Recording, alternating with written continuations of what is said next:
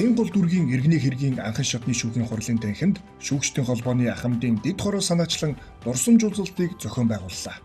Ахмадын дэд хорооны гишүүн Наран Цэцэг шүүхийн тогтолцооны өнгөрсөн одоо хэмээх илтгэл тавьж оюутнууд сонирхсан асуултаа асууж сэтгэгдлээ хуваалцав. Уулзалтанд СТ их сургуулийн хүмүүнлэгийн болон хуулийн сургуулийн оюутнууд, Шихийн хотын их сургуулийн эрх зүйч мэргэжлэр суралцж буй оюутнууд, шүүгчдийн холбооныг гүйцэтгэх захирал Туяа, Ахмад шүүгч Мөнх Цул, туслах Жавзан Дулам, СТ их сургуулийн багш Наран Чимэг, багш Ням Сурнаар оролцсон юм. Сайн байна уу? Танд энэ өдрийн мэндийг хүргэе. За би сэтгүүл зүүн 3 дугаар курсын оюутан СТ их сургуульд сурдаг. За шүүх рүү яг чиглэсэн маш олон мэргэжил байдаг шүү дээ. Одоо прокурор, өмгөөлөгч гэдэг те. Энэ дундаас их шүүгч гэх мэргэжил юугаар онцлогтой юм бэ? Эцсийн шийдвэрийг шүүх гаргадаг. Энэ нь одоо Монгол Улсын нэрнээс шийдвэр уншдаг. Энэ нь одоо шүүгчийн хувьд бол алхам тутамд хариуцлагыг сануулж, алхам тутамд үнэтэй дүгнэлт хийж чадвар мэргэжил эзэмшсэн байхыг шаарддаг юм мэргэжил. Шударга ёсыг тогтоохын төлөө зүтгэдэг ийм ажил мэргэжил юм байна гэдгийг ойлгоод тэн чиглэлээр л ажилласан байна. За намайг Гуран Тос гэдэг би Шихийн хотын их сургуулийн 3 дугаар дамжааны оюутан эрх зүйн сурдаг.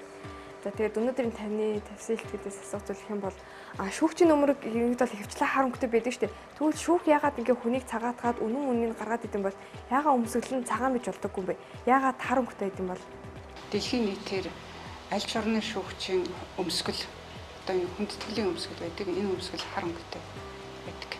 Монголын шүүхийн хувьд бол 92 оны үндсэн хууль батлагдсны дараагаар шүүгч нар хуучин нөгөө шалгалтаа өгч хуульч болсны дараагаар энэ өмсгөл өмсдөг болсон юм. Энэ олон шүүлт, энэ олон хэрэгт одоо ингээд шүүгчийн итгэл үнэмшлэрээ шүүж байгаа шүү дээ. Энэ тохиолдолд яг ингээд үнэхээр харамсмаар тий. За энд яг нэг шудраг бус шүүлт явагдчихлаа да гэж харамсдаг тийм шүүлт танд байдгүй. За энэ хүнд одоо нэг ийм болохоор энд олдсон байсан бол энэ арай л өөр байх байлаа даач үгүй юм. Ийм юм бодогдох юм бол харамсах нь гарна.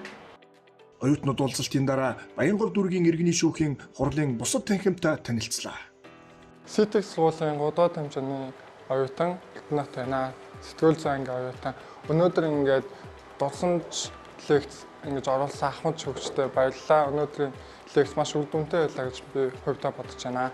Маш олон зүйлийг эргцүүлж ботсон, өнгөрсөнд болсон зүйл, одоо болсон зүйлүүдийг эргцүүлж ботсон, ойлгосон. Ихтгэл дамжлалтаа оролцож Ахмад шүүгч Наран Цэцэг багшаас иргэний талаар маш их мэдлэг олж авсан баяртай байна. Дурсамжтай гоё лекц байлаа. Баярлалаа.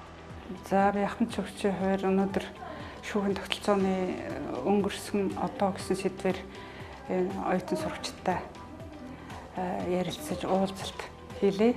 Оюутнуудад өөрийнхөө туулж ирсэн ажлын туршлага, тогтолцооны онцлог, давуу талууд, одоогийн тавигдж байгаа шаардлага нөхцлүүдийг ярьж ойлгуулахыг хичээлээ. Харилцан ярилцсан сайхан уулзалт ярилцлага боллоо.